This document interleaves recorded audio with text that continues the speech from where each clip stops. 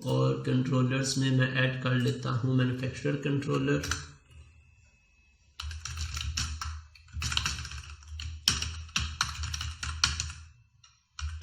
Manufacturer controller, अब manufacturer controller इसके अंदर हमें कौन कौन से एक्शंस परफॉर्म करने हैं। पहले हम इस कंट्रोलर का एक बेस स्ट्रक्चर क्रिएट कर लें। मुझे यहाँ पे पब्लिक आई एक्शन रिजल्ट क्रिएट और एडिट, अगर हम एक ही एक्शन के अंदर क्रिएट और अपडेट दोनों की फंक्शनैलिटी इम्प्लीमेंट करेंगे तो हम यहाँ पे उसके अकॉर्डिंग एक्शन क्रिएट कर लें। अगर हम अलग अलग से क्रिएट के लिए अलग से एक्शंस, एडिट के लिए अलग से एक्शंस क्रिएट करना चाहते हैं या इम्प्लीमेंट करना चाहते हैं तो हम उसके अकॉर्डिंग फंक्शनैलिटी को इम्प्लीमेंट कर लेंगे। HTTP पोस्ट, और जब ये मेरे पास पोस्ट होके आएगा रिजल्ट तो मेरे पास कौन सा मॉडल आएगा, मैन्युफैक्चरर्स। मेरी क्लास का क्या नेम है, यहाँ से मैन्युफैक्चरर्स,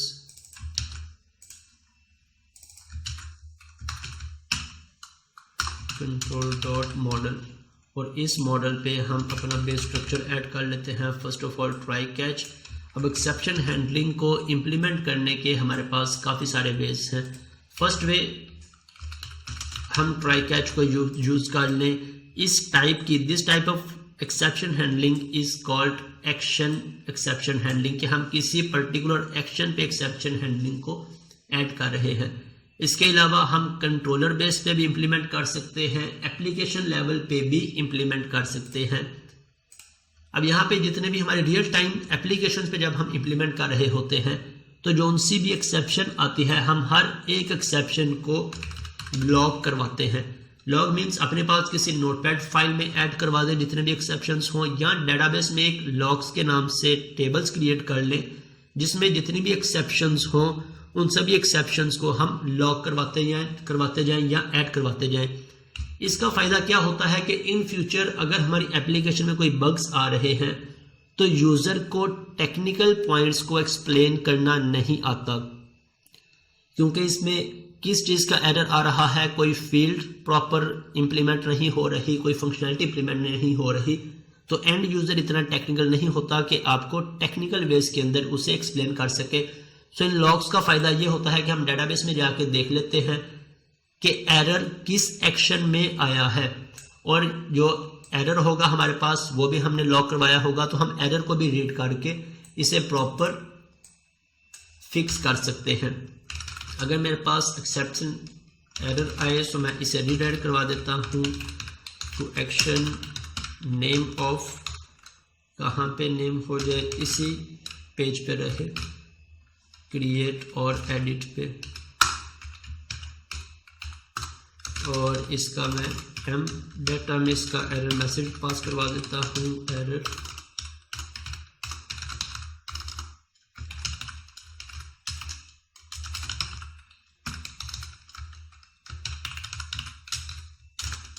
मैसेज ex.message।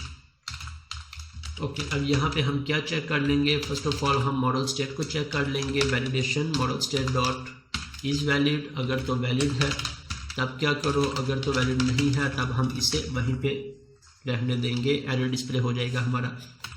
देन हमने यहाँ पे चेक कर लेना है model dot ID, manufacturer ID greater than 0 है, तब हम इस पर अपडेट करवा देंगे, अदरवाइज हम इंसर्ट करवा देंगे। अब जो सा फंक्शन हम इस क्लास में इम्प्लीमेंट कर रहे हैं सेम फंक्शन हम प्रोडक्ट कंट्रोलर में भी अप्लाई कर देंगे, सेम फंक्शन हम रिकॉल्स में भी और अनाउंसमेंट में भी अप्लाई कर देंगे, क्योंकि फंक्शनैलिटी बिल्कुल सेम है, सिर्फ मॉडल चेंज होगा, सो हम उसे भी ऐड कर देंगे। यहाँ पे कॉन्टेक्स्ट डॉट, सॉरी इसका मैंने ऑब्जेक्ट क्रिएट नहीं किया, मैं यहाँ से इसका ऑब्जेक्ट क्रिएट कर लेता हूँ, पब्लिक और manufacturer BS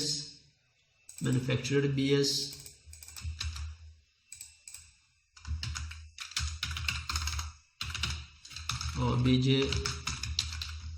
manufacturer BS।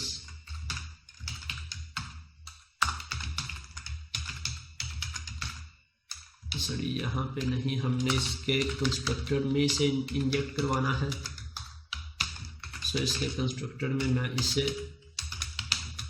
Inject करवा देता हूँ। obj manufacturer bs dot update, और अपडेट में हम इसे मॉडल पास कर देते हैं। Otherwise manufacturer bs dot insert.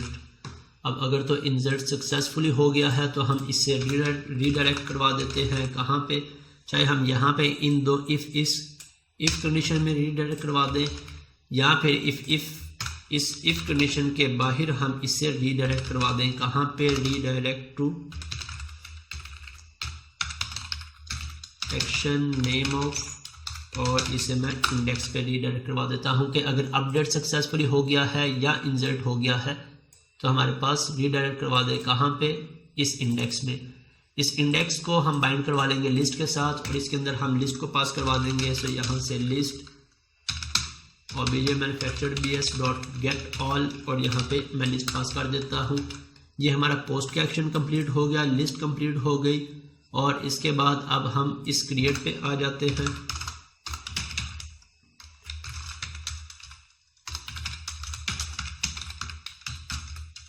और obj और एडिट के लिए हम इसे परफॉर्म कर लेते हैं if id greater than 0। Yes, हम यहाँ पे id भी पास करवा सकते हैं। यहाँ पे कोमा न्यू, और जो सी id होगी हम उस id को पास करवा दें। ये पैरामीटर नेम, जिस नेम से हम किसी एक्शन को कॉल कर रहे हैं, जो नेम होगा सेम नेम होना चाहिए पैरामीटर का, देन उसकी वैल्यू। तो हम यहाँ पे पैरामीटर नेम भी पास करवा सकते हैं। यहाँ से obj equal to obj manufacturer dot get by id, और यहाँ से मेरे पास जो id आएगी मैंने यहाँ पे पास करवा दी। अब एक और मेन पॉइंट हमने स्किप कर दिया इम्प्लीमेंट करने वाला, कि हमने डिपेंडेंसी इंजेक्शंस को इम्प्लीमेंट नहीं किया, या मैं कहूँ कि हमने अपनी इन सभी सर्विसेज को, BLL की सर्विसेज और DL की सर्विसेज को रजिस्टर नहीं करवाया स्टार्टअप में। तो मोस्ट इम्पोर्टेंट पॉइंट है, हम इसे यहाँ पे रजिस्टर करवा लेते हैं। किस तरह से, सर्विसेज डॉट एट ट्रांजिएंट। अब फर्स्ट ऑफ ऑल मेरे पास कौन कौन सी प्रोडक्ट है मैं यहाँ पे यूज कर लेता हूँ। I manufacturer DB,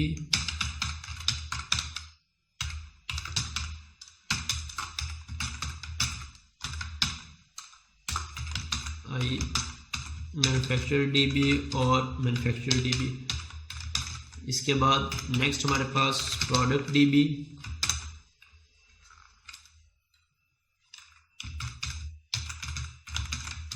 product DB। Transient को हम यूज़ करते हैं इस पे डिपेंडेंसी इंजेक्शंस को इम्प्लीमेंट करने के लिए, डीकॉल DB। और इसके बाद लास्ट अनाउंसमेंट DB। हम यहाँ पे ट्रांजिएंट को भी यूज़ कर सकते हैं, हम सिंगलटन को भी यूज़ कर सकते हैं। 2.1 या 2.2 के अंदर हम सिंगलटन को यूज़ करते थे, और अब डिपेंडेंसी इंजेक्शन के लिए हम ट्रांजिएंट को यूज़ करते हैं कि हमारी ओवरऑल एप्लीकेशन में इसका ऑब्जेक्ट क्रिएट करके हमारे लिए अवेलेबल हो, हमें खुद से कोई भी ऑब्जेक्ट क्रिएट ना करना पड़े। रन टाइम पॉलीमॉर्फिज्म इंप्लीमेंट हो जाए इस क्लास पे। यूज़र को इस क्लास का सिंगल पैरामीटर कंस्ट्रक्टर चाहिए, 2 पैरामीटर कंस्ट्रक्टर चाहिए। सो रन टाइम पे पॉलीमॉर्फिज्म अप्लाई हो जाए। अब ये हमारे पास कौन सी थी, DL की सर्विस, मैं इसे इनकोड कर देता हूँ। यहाँ से स्निपेट में आके सराउंडेड विद कर देता हूँ, और सराउंडेड विद रीजन का हम नेम रख लेते हैं DAL सर्विस, और इसे मैं कॉपी करता हूँ। DL के बाद हमें फर्दर चाहिए BLL की सर्विस, BS और BS control dot BLL manufacturer, then product BS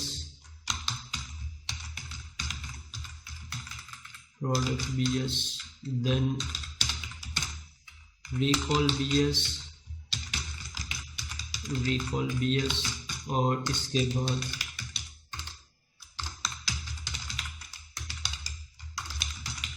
announcement bs और announcement bs, और ये हमने यहाँ से कंट्रोल के एस प्रेस करूँगा, मेरे पास ऑप्शंस आ गए और मैं इसे कह देता हूँ ये DLL सर्विस हमने अप्लाई कर दी। यहाँ से मैं कंट्रोलर पे आ जाता हूँ, मैन्युफैक्चरर के अलावा बाकी सबको क्लोज कर देता हूँ। अब मेरे पास इनके साथ मैं इनके व्यूज़ अटैच कर लेता हूँ। मैं ऐड व्यू और इसका टेम्पलेट चूज़ कर लेता हूँ लिस्ट। इसके बाद मॉडल क्लास कौन सी है मेरे पास, मैन्युफैक्चरर है, सो BOL मैन्युफैक्चरर, यहाँ से मैन्युफैक्चरर BOL और DB।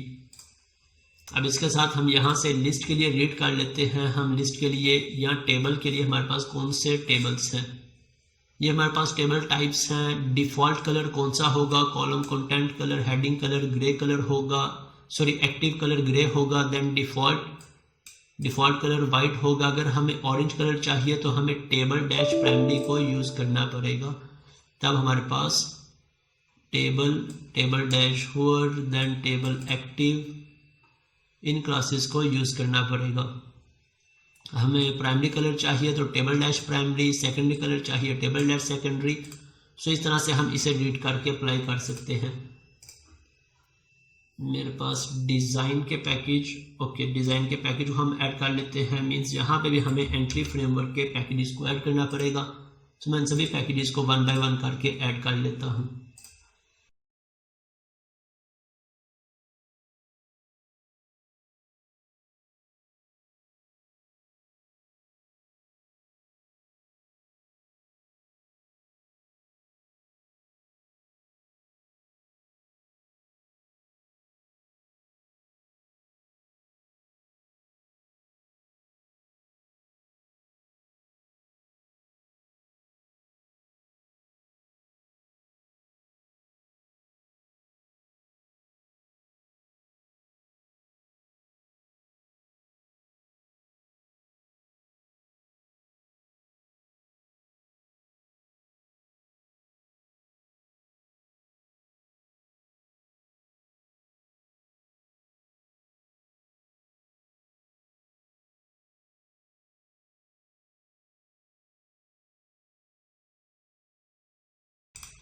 ओके टेबल क्रिएट हो गया। मुझे इसके ऊपर क्रिएट का लिंक चाहिए। इसके अलावा मुझे यहाँ से टेबल डैश प्राइमरी किस कलर का टेबल चाहिए, ये मेरे पास लिंक आ रहा है मैन्युफैक्चरर का। ओके डिफ़ॉल्ट टेबल है, हम डिफ़ॉल्ट रहने दें। अगर हमें इसका कलर चेंज करना है तो हम यहाँ से टेबल डैश प्राइमरी को यूज़ कर लेंगे। इसके बाद मुझे लास्ट पे मेरे पास क्रिएट का ये लिस्ट, और यहाँ से मुझे एडिट का लिंक सिर्फ चाहिए, डिटेल और डिलीट का लिंक नहीं चाहिए। और इसके अलावा क्रिएट न्यू, सो हमारे पास क्रिएट न्यू का लिंक आ रहा है। अब ये क्रिएट की बजाय क्रिएट और एडिट हम इसे कर देते हैं, और इसी तरह इन दोनों लिंक्स को भी डिलीट करके और यहाँ से एडिट की बजाय क्रिएट और एडिट, जो हमने एक्शन यहाँ पे क्रिएट किया है। ओके ये हमारा क्रिएट हो गया, लिस्ट क्रिएट हो गई। अब हम इस फॉर्म को भी ऐड कर लेते हैं, फॉर्म का व्यू भी अटैच कर लेते हैं। अब इसके अंदर ऐसा कोई कॉम्प्लेक्सिटी नहीं है जिसे मैं एक्सप्लेन करूं, ना तो इसके व्यू में और ना ही इसकी लॉजिक्स में। सो मैं यहाँ से मैन्युफैक्चरर और ऐड कर देता हूँ। अब यहाँ से हम इसका फॉर्म देख लेते हैं। इसके फॉर्म के अंदर हम किस तरह से रीड कर सकते हैं, अप्लाई कर सकते हैं। ये सभी फॉर्म एलिमेंट्स हमारे पास आ रहे हैं। फॉर्म की फील्ड्स हमें क्रिएट करना है फॉर्म, सो यहाँ से हम सभी फील्ड्स को 1 बाय 1 करके रीड कर सकते हैं। लिस्ट किस तरह से डिस्प्ले करवानी है, ड्रॉप डाउन लिस्ट कैसे डिस्प्ले करवानी है, कौन कौन सी क्लासेस यूज होंगी। सभी बूटस्ट्रैप की सेम क्लासेस हैं, सिर्फ एक्टिव क्लासेस प्राइमरी क्लासेस के कलर्स चेंज होंगे। इसी तरह वैलिडेशन के लिए कौन सा कोड यूज होगा, हमें ये वैलिडेशन अगर अप्लाई करनी है, सॉरी हमारा थीम था यूनाइटेड, हमें फॉर्म की इस वैलिडेशन को अगर इस तरह से अप्लाई करना है, सो हम यहाँ से इसे रीड कर लेंगे। हमारे पास है सक्सेस की क्लास है। इसी तरह लास्ट पे एरर मैसेज डिस्प्ले करवाने के लिए ये क्लास है तो हम इन क्लासेस को भी ऐड कर लेंगे।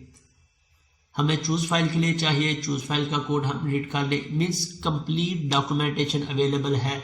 जिस तरह से जिस कंट्रोल की हमें नीड हो, रिक्वायरमेंट हो, हम उस कंट्रोल को रीड करके अप्लाई कर लेंगे।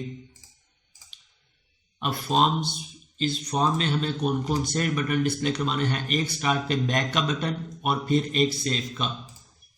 ओके, लास्ट पे जो हमारे पास स्टार्ट बटन आ रहा है, इस बटन को मैं मैन्युफैक्चरर के नीचे ले जाता हूँ, इसे मैं डिलीट कर देता हूँ यहाँ से मैन्युफैक्चरर्स, और इंडेक्स, ये हमें इंडेक्स पे ले जाए, ASP एक्शन, और इसके साथ इसमें मैं BTN डैश प्राइमरी क्लास है या हमारे पास सेकेंडरी, या इसमें प्राइमरी क्लास होगी या सेकेंडरी क्लास होगी। इसी तरह सेव बटन में मैं आ जाता हूँ, save button submit BTN dash primary. Okay, इसके बाद किस एक्शन के साथ, क्रिएट और एडिट। ओके फाइन, ऑलमोस्ट हमारी लिस्ट भी क्रिएट होगी, फॉर्म भी क्रिएट हो गया। अब एक दफ़ा इसे रन करके टेस्ट कर लेते हैं कि ये सारी फंक्शनैलिटी एज एक्सपेक्टेड वर्क कर रही है या नहीं। और इस लिंक को मैं यहाँ पे भी ऐड कर देता हूँ मैन्युफैक्चरर, और मैं यूज़ कर लेता हूँ tag helpers, ASP controller, ASP action. Controller name क्या है मेरे पास, मैं इस कंट्रोलर को ओपन करके इसका नेम यहाँ से कॉपी कर लेता हूँ। कंट्रोलर है मेरे पास मैन्युफैक्चरर, और एक्शन मेरे पास इंडेक्स। कंट्रोल शिफ्ट B, और अब इसे रन करते हैं। हमारी मैन्युफैक्चरर की फंक्शनैलिटी कंप्लीट हो गई। इसमें ऐसा कोई कॉम्प्लेक्स पार्ट नहीं था। नेक्स्ट हम प्रोडक्ट पे इम्प्लीमेंट करते हैं। मैं जाता हूँ प्रोडक्ट, और प्रोडक्ट में हमें ड्रॉप डाउन लिस्ट डिस्प्ले करवानी है। इसमें भी हमारी कोई भी पॉइंट कॉम्प्लेक्स नहीं है।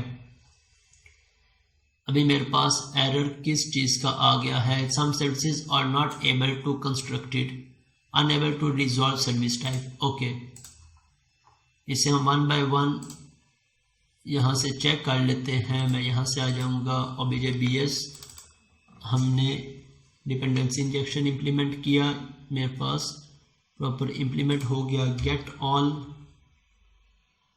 BS और मैन्युफैक्चरर DB, और यहाँ से इसका नेम होना चाहिए था OBJBS, OBJDB। मैं इसका नेम पहले चेंज कर देता हूँ, OBJBS को OBJDB, ये हमारी BS क्लास है। ओके, हमारे पास स्टार्टअप में कोई पॉइंट हम मिस तो नहीं कर रहे करने वाला।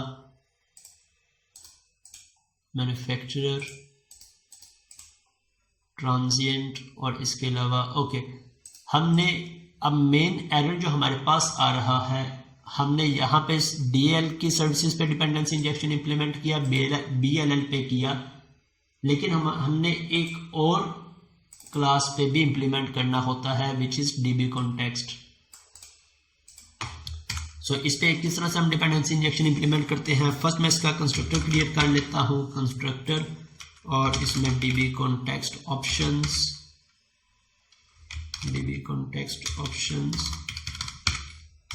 और इसे हम करवा लेते हैं ऑप्शंस।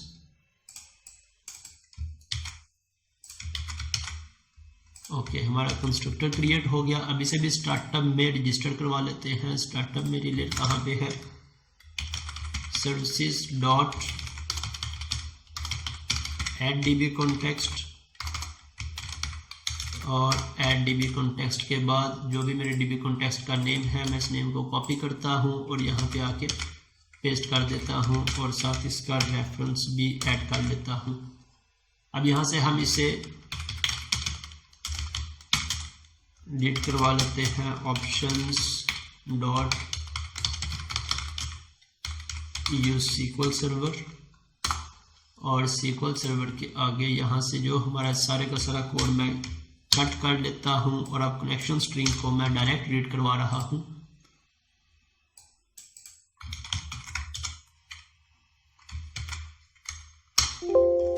startup.cs से। ओके, इसके अलावा हम इसका ये भी पॉइंट देखते हैं कि हम direct startup dot CS connection string को रीड नहीं करवाते। क्यों? क्योंकि इन फ्यूचर अगर मुझे सर्वर नेम चेंज करना है या डेटाबेस में चेंज करता हूँ तब मुझे अपने कोड में आके मैनुअली चेंजेस करनी पड़ेगी। अब इसका बेस्ट ऑप्शन क्या है कि हम ऐप सेटिंग्स में से डिफाइन कर दें कनेक्शन स्ट्रिंग को, ताकि हमें जब भी इसे चेंज करना पड़े तो हमें कोड ओपन ना करना पड़े, बल्कि हम कॉन्फ़िगरेशंस को ही ओपन करके इम्प्लीमेंट कर सकें। अभी मेरे पास एरर आ रहा है, एक और ब्रैकेट हमें यहाँ पे चाहिए। Okay, control shift B. अब मैं यहाँ पे एक ब्रेक पॉइंट लगा लेता हूँ अपने कंट्रोलर में और इसे चेक करते हैं।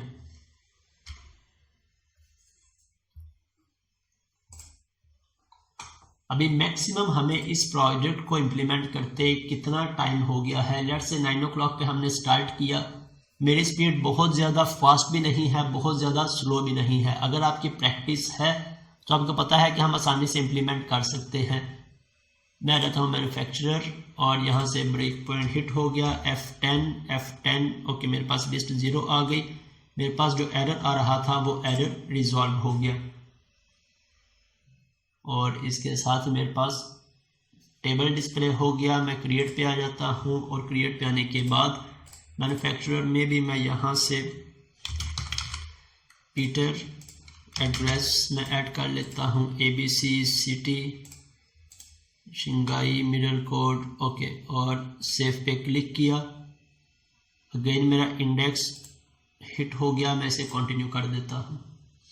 ओके, मेरा रिकॉर्ड क्रिएट हो गया। मैं एडिट पे क्लिक करता हूँ, मेरे पास रिकॉर्ड आ गया। मैं यहाँ से पीटर की बजाय इसे मार्क कर देता हूँ और रिकॉर्ड अपडेट हो गया।